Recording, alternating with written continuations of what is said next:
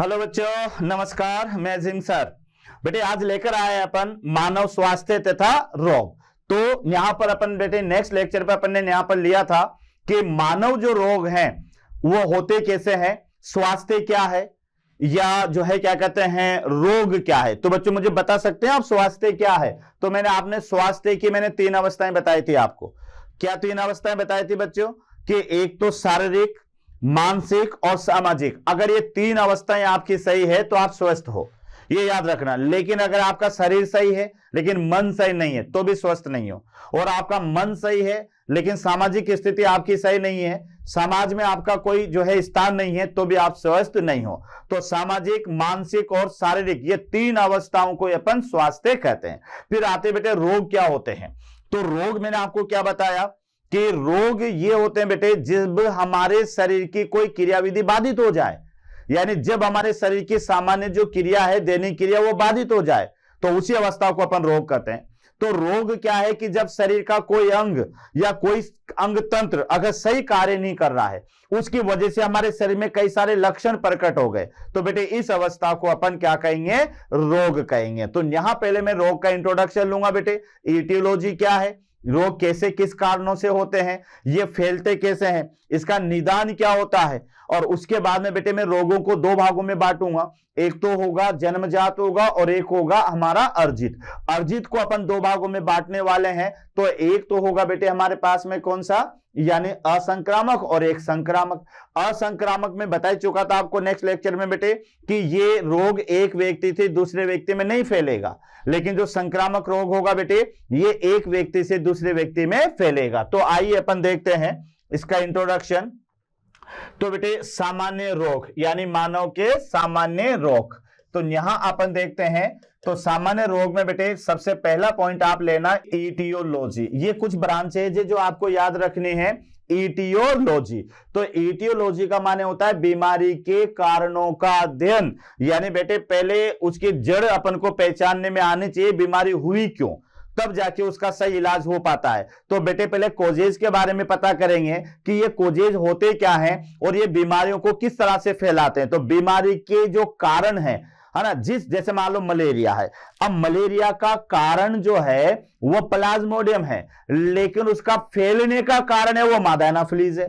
तो दोनों अपन को पता होना चाहिए। पहले तो कारण है कि किस वजह से हो रहा है और किसकी वजह से ये फैल रहा है। तो ईटियोलॉजी क्या है कि ये बीमारी के कारण का अध्ययन है बेटे। उसी के साथ में है एपिडेमियोलॉजी, यानी बीमारी के फैलने के कारकों का अध्ययन। ये ध्यान रखना बेटे, यानी बीमारी किससे फैलती है, कौन कौन से वाहक होते हैं जिसकी वजह से बीमारी फैलती है।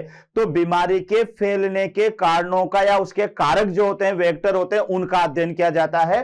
तो उसे आप कहोगे एपिडेमियोलॉजी। तो बेटे याद रखो, पहला क्या है? ईटियोलॉजी, यानी बीमारी के कारणों का अध्ययन, और एक है एपिडेमियोलॉजी, यानी बीमारी के फैलने के कारकों का अध्ययन, या बीमारी किन किन कारकों से फैलती है उसका अध्ययन है, तो वह एपिडेमियोलॉजी। उसके बाद में फिर आता है बेटे प्रोफाइलैक्सिस, यानी बीमारी के रोकथाम का अध्ययन। रोकथाम और नियंत्रण भी आप लिख रहे हैं, रोकथाम या फिर बेटे नियंत्रण, रोकथाम या नियम, prevention of the disease, prevention of the disease. तो बीमारी की रोकथाम या उस पर नियंत्रण का जो अध्ययन है, इस अध्ययन को आप कहेंगे प्रोफाइलैक्सिस। 3 पॉइंट आपको इस रोग में याद करना है बच्चों कि एक तो है ईटियोलॉजी, जिसमें आप बीमारी के कारण का अध्ययन करेंगे। एक क्या होगा? एपिडेमियोलॉजी, बीमारी किस तरह से एक व्यक्ति से दूसरे व्यक्ति में फैलती है, तो इसके वाहक और कारकों का अध्ययन करेंगे। और प्रोफाइलैक्सिस, इसे रोका कैसे जाए, है ना। आपको कारण का पता लग गया, आपको उसके वाहक पर भी कंट्रोल कर लिया, लेकिन बेटे अब कौन कौन से उपाय बनाए जाए जिसकी वजह से जो है ये बीमारी फैले नहीं। तो बीमारी के फैलने या उसकी रोकथाम का जो अध्ययन है, उस अध्ययन को आप कहोगे प्रोफाइलैक्सिस। तो ये 3 पॉइंट आपको किसी भी बीमारी पर नियंत्रण करने में काम आएंगे। अब यहां पर ध्यान रखो बेटे, किसी व्यक्ति की देखो, एक तो शारीरिक, एक मानसिक और सामाजिक की पूर्ण सही अवस्था को हेल्थ कहते हैं। एक बार फिर आ गया बेटे वहां पर डेफिनेशन, तो याद कर लेना किसी व्यक्ति की, देखो मैंने आपसे क्या कहा कि बच्चों जब तक अपन स्वस्थ नहीं रहेंगे, जब तक हमारी शारीरिक स्थिति सही ना हो, जबकि हमारी मन की स्थिति सही ना हो, जब तक हमारी सामाजिक स्थिति सही ना हो, तो क्या है बच्चों हेल्थ, कि हमारे शरीर की एक तो शारीरिक अवस्था, एक मानसिक अवस्था और एक सामाजिक अवस्था का जो सही रूप है, उसी रूप को आप क्या कहोगे, स्वास्थ्य। तो ये 3 पॉइंट याद करना बेटे, यानी स्वास्थ्य यानी हेल्थ इक्वल टू क्या याद करोगे, यानी हेल्थ एक तो बेटे physically plus mentally and plus socially well being, यानी ये याद करना कि हेल्थ हमारे शारीरिक, मानसिक और सामाजिक सही अवस्था को अपन हेल्थ कहते हैं। तो 3 वर्डों से मिलकर ये हेल्थ बनती है बेटे स्वास्थ्य, है ना। 3 शब्द याद कर लेना, स्वास्थ्य बराबर 3 शब्द, शारीरिक, मानसिक और सामाजिक की सही अवस्था। तो इस सही अवस्था को आप क्या कहोगे, स्वास्थ्य। उसके बाद में शरीर की असामान्य, अब देखो शरीर की असामान्य अवस्था क्या कहलाती है, रोग कहलाती है ना, रोग कहलाती है। या फिर आप क्या करोगे बेटे, शरीर के किसी अंग की असामान्य क्रिया, शरीर की असामान्य अवस्था, या फिर आप याद कर लेना शरीर के किसी अंग की असामान्य क्रिया, असामान्य क्रिया। तो ये याद रखना कि शरीर की असामान्य अवस्था या फिर शरीर के किसी अंग की असामान्य क्रिया, इस अवस्था को आप क्या कहेंगे, रोग कहेंगे। तो पहले तो आपने बेटे स्वास्थ्य की परिभाषा याद की, है ना, क्या है स्वास्थ्य, सामाजिक, मानसिक और शारीरिक की ठीक अवस्था।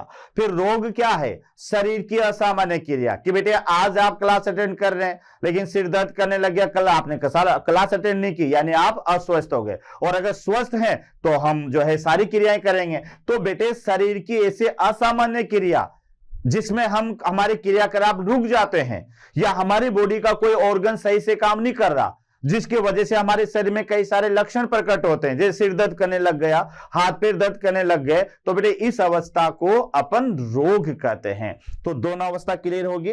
अब आगे बढ़ते हैं, रोग होते क्या हैं। तो यहां देखो बेटे कि रोग को अपन, ये यहां पर हमारा मेन टॉपिक है रोग। अब रोग में पहली डिजीज तो ये है और दूसरी डिजीज है बेटे उपार्जित। तो यहां आप देख लें कि पहला नंबर का जो है वो तो है जन्मजात यानी कॉन्जेंशियल डिजीज, और दूसरी डिजीज जो आप याद रखेंगे वो है उपार्जित रोग। तो बेटे यहां पर मैंने आपको क्या बताया था, जन्मजात का माने याद ना, जन्म से ही उत्पन्न रोग, जन्म से ही उत्पन्न रोग। और अर्जित रोग क्या है बेटे, यानी जन्म के बाद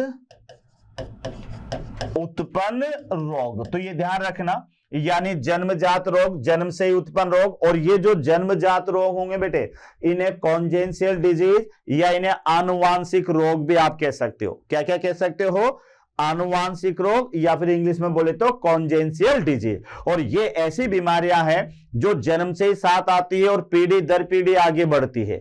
अब ऐसी बीमारियों में है ऑल सिंड्रोम। जैसे सिंड्रोम क्या होते हैं बेटे, गुणसूत्रीय विकृतता के कारण कई प्रकार के सिंड्रोम उत्पन्न होते हैं। जैसे आपने नाम सुना होगा डाउन सिंड्रोम, पटाउ सिंड्रोम, है ना, क्लाइनफेल्टर सिंड्रोम। तो ये गुणसूत्रीय विकृतता के कारण होने वाले रोग हैं, ये भी आनुवांशिक होते हैं। उसके अलावा फिनाइल कीटोन यूरिया, ये थोड़ा सा ध्यान रखना बेटे, यानी यहां पर फिनाइल, इसको इस तरह से याद रख लें, phenyl ketone urea, phenyl ketone urea. उसके अलावा एल्बिनिज्म है, यह रंजकहीनता है। हीमोफीलिया है, ध्यान रखना बेटे, HAE हीमोफीलिया है। और कलर ब्लाइंडनेस है। उसके अलावा अगर आप याद रखें तो नाइट ब्लाइंडनेस भी है। तो कहने का मतलब ये सारे के सारी जो बीमारियां हैं, कौन कौन सी बीमारियां मैंने आपको बताए, जैसे सिंड्रोम बताया बेटे, फिनाइल कीटोन यूरिया है, एल्बिनिज्म है, हीमोफीलिया है, कलर ब्लाइंडनेस है, नाइट ब्लाइंडनेस है। तो ये कई सारी बीमारियां जो जन्मजात है।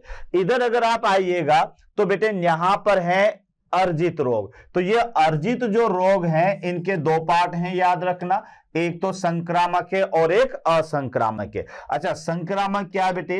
ये एक व्यक्ति से दूसरे व्यक्ति में फैलते हैं। ये एक व्यक्ति से दूसरे व्यक्ति में, एक व्यक्ति से दूसरे व्यक्ति में फैलते हैं, एक व्यक्ति से दूसरे व्यक्ति में फैलते हैं। जबकि जो असंक्रामक है, नॉन कम्युनिकेबल, तो ये याद रखना बेटे, यह रोग एक व्यक्ति से दूसरे व्यक्ति, एक व्यक्ति से दूसरे व्यक्ति में नहीं फैलते हैं,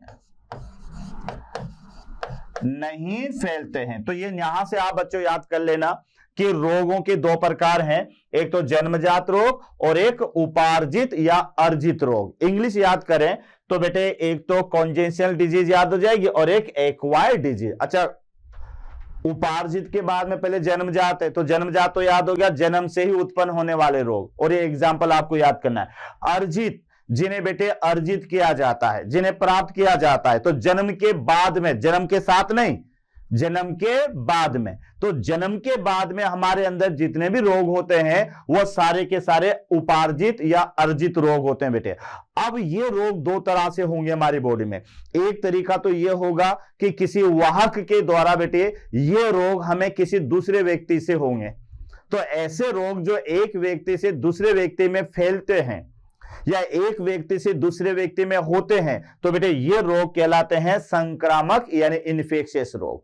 अब ये रोग किसी जीवाणु के द्वारा या वायरस के द्वारा या कवक के द्वारा या बेटे कोई कीट के द्वारा हो सकता है। लेकिन दूसरा रोग है हमारा असंक्रामक रोग, नॉन इन्फेक्शियस डिजीज। तो क्या याद है, मैंने पहले भी बताया था बेटे प्रीवियस लेक्चर में कि असंक्रामक का मतलब क्या है।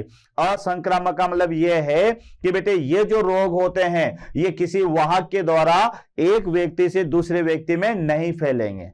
तो फिर होंगे कैसे? तो मैंने आपसे क्या कहा था कि अगर कोई व्यक्ति ज्यादा भोजन ग्रहण कर रहा है या कम ग्रहण कर रहा है तो ये रोग उसी में होंगे, या उस व्यक्ति का कोई अंग सामान्य कार्य नहीं कर रहा तो भी ये रोग उसी में होगा। तो बेटे ये कहलाते हैं असंक्रामक रोग। तो आइए इनके एग्जाम्पल भी अपन देखते हैं।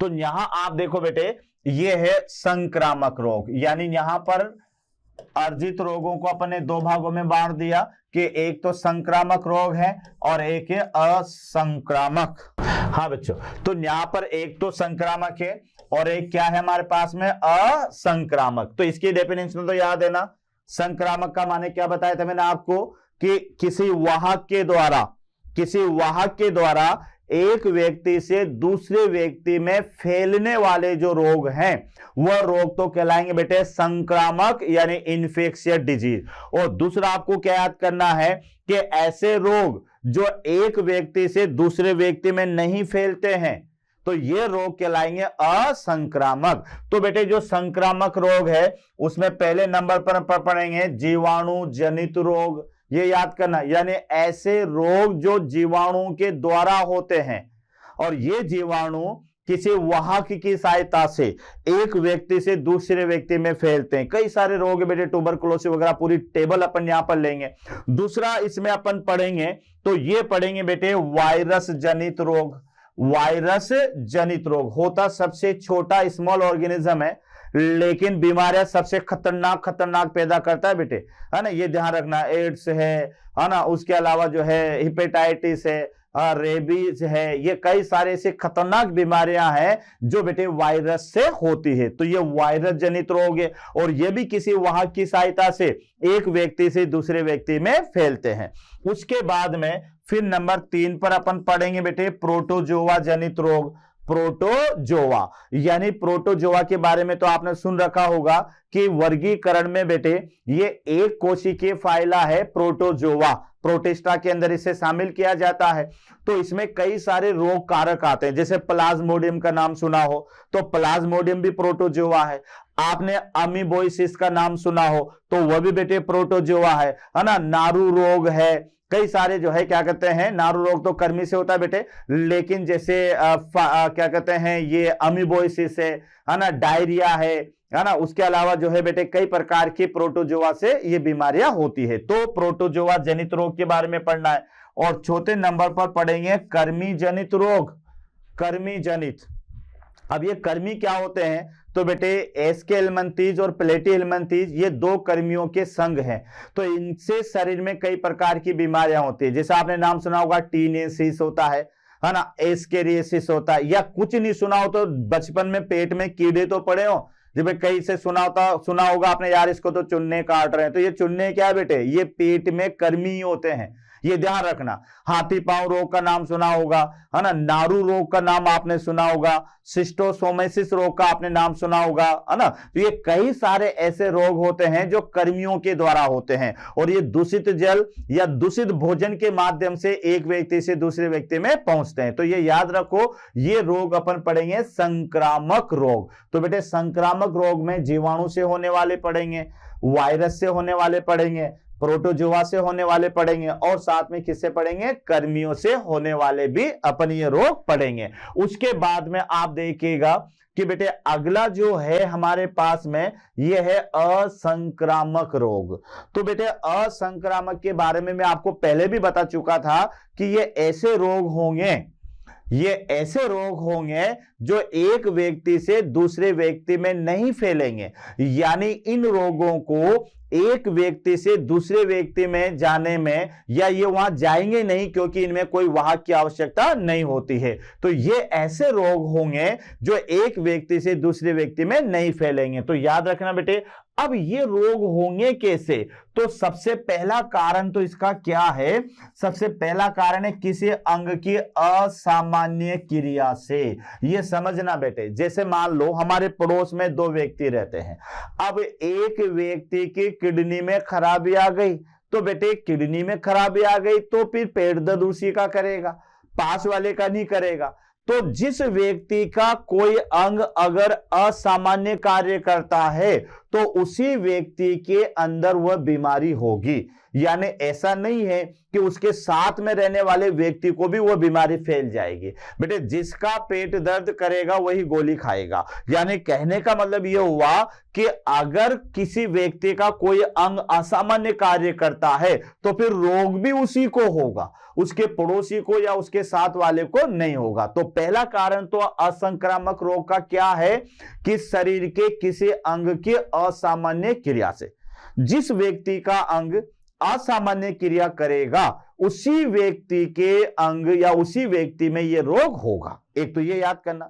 दूसरा बेटे आपको याद करना है भोजन की कमी या अधिकता से। हाँ ये भी याद करना बेटे, भोजन की कमी या फिर अधिकता से, भोजन की कमी या अधिकता से। देखो मैंने आपसे क्या कहा कि कोई व्यक्ति जो अगर भोजन ठीक से नहीं करेगा, समय पर खाना नहीं खाएगा, तो उसी व्यक्ति के अंदर पोषक तत्वों की कमी होगी। जैसे मान लो बहुत से व्यक्ति बेटे समय पे खाना नहीं खा रहे, उसमें विटामिन की कमी हो गई। बच्चे बचपन में बेटे भोजन ग्रहण नहीं करते हैं तो उसमें विटामिन डी की कमी हो जाती है, उनकी बॉडी ग्रोथ रुक जाती है। फिर घर वाले कहते हैं ये तो खाना ही नहीं खाता, ये तो पतासी खाता है, ये तो चाउ म्याऊ खाता है ना, होग डोग खाता है। तो कहने का मतलब ये हुआ बेटे कि अगर आप समय पर भोजन नहीं लेंगे तो जो व्यक्ति भोजन ग्रहण नहीं करेगा, जो बच्चा भोजन ग्रहण नहीं करेगा, कुपोषण में वही होगा, कुपोषण उसी को होगा।